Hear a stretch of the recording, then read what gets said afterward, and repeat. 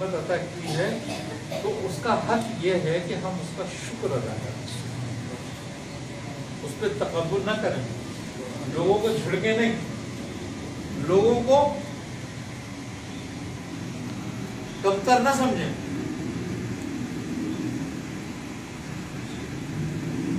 تمہارے پاس کوئی فقیر بھی آئے گا، کوئی غریب بھی آئے گا، کوئی ایسا بھی کہے گا کہ حکیم صاحب میرے پاس پیسے نہیں ہیں، تو تم کو حکیم صاحب کہیں کہ دوا نہیں ہے؟ نہیں، ایسی بات نہیں ہے۔ اگر آج تم نے کسی کی مدد کری، اللہ وہ محفوظ کر لے گا، پتہ نہیں تمہاری مدد کہاں کرے گا۔ تو یہ یاد رکھو کہ اس میں تمہارے مال میں، تمہارے کام میں، تمہارے علم میں غریب غربا فقراء کا بھی حصہ ہے۔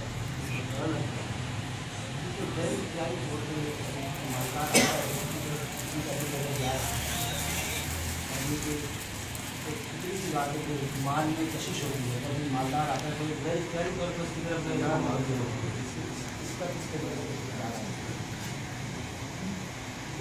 ایک بات بتاؤں کہ اس کی وجہ یہ ہوتی ہے کہ ابھی تمہارے قلب کی اصلاح نہیں ہوئی۔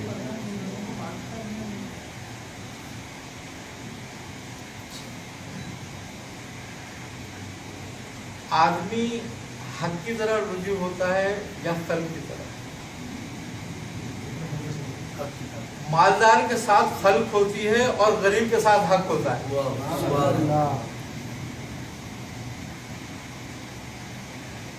اس کو رجوع ہی اس کی طرف کرنا چاہیے۔ ہاں، اس لیے کہ اللہ نے غریبوں کے لیے تمہیں بنایا ہے اور مالداروں کے لیے تم بنے۔ مالدار تمہارے لیے بنائے گئے اور تمہیں غریبوں کے لیے بنایا گیا، تو تم غریبوں سے رجوع کرو، مالدار تم سے خود رجوع کریں گے۔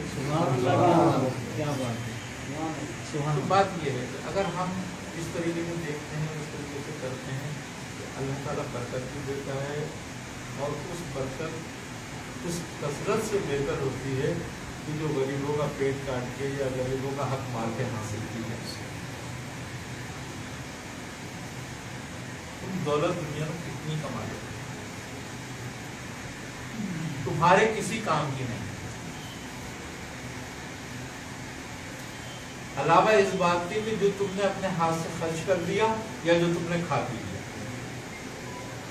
اب خرچ کرنا ایک بڑی بات ہے کہ خرچ کیا ہے۔ ہمیشہ یاد رکھو کہ اگر حلال دولت ہے تو وہ کبھی حرام میں نہیں لگے گی،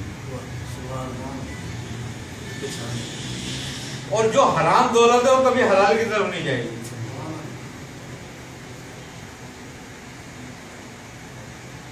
تم کتنی ہی کوشش کر لو حلال مال کو حرام میں لگانے، نہیں ہوگا، اور تم کتنی کوشش کر لو حرام مال کو حلال کی طرف لے جانے، وہ نہیں جائے گا۔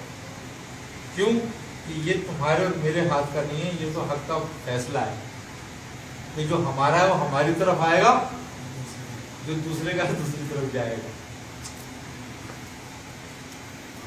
انسانوں کے ناطے بندہ سوچتا ہے، انسان نے فرمایا نا بھی کہ آپ کا وہ یہ جو لگا دیا خرچ کرنا ہے،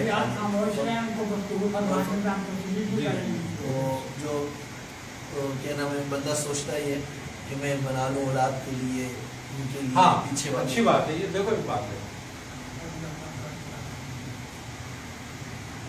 بزرگ کہتے ہیں اولاد کے لیے بنانا بری بات نہیں ہے، ہر ماں باپ کا، لیکن ماں باپ پر جو فرض ہے بات وہ یہ ہے کہ تم اپنی اولاد کو اچھی تعلیم اور تربیت دے دو، یہ تم پر فرض ہے، لیکن مال چھوڑنا تم پر فرض نہیں ہے ان کے لیے، یہ بات ہے۔ تم پر جو فرض ہے وہ یہ کہ تم ان کی بہترین تعلیم کرو، بہترین تربیت کرو، اس کو معاشرے کا ایک ایسا حصہ بناؤ کہ جن کی ہاتھ سے، آنکھ سے، زبان سے، ان کے عمل سے، ان کے کردار سے دوسرے محفوظ رہیں، اور وہ مثال بنے لوگوں کے لیے، مسئلہ نہ بنے لوگوں کے لیے۔ یہ تم پر فرض ہے. اب تم اپنا جو مال کا حصہ ان پہ اس معاملے میں خرچ کرنا چاہو وہ بالکل کرو, وہ تمہارا نیک راستے میں جائے گا, وہ صدقہ جاریہ ہے تمہارا, وہ ثواب جاریہ ہے وہ مال تمہارا. اچھا اب رہ گئی بات مال اکٹھا کر کے اولاد کے لیے کرنا, جائیدادیں بنانا یا اکٹھا کر کے رکھنا. اگرچہ اہل ہیں تو انہیں اس کی ضرورت نہیں ہے, اور نااہل ہیں تو اس کو بھی بیچ کھائیں گے.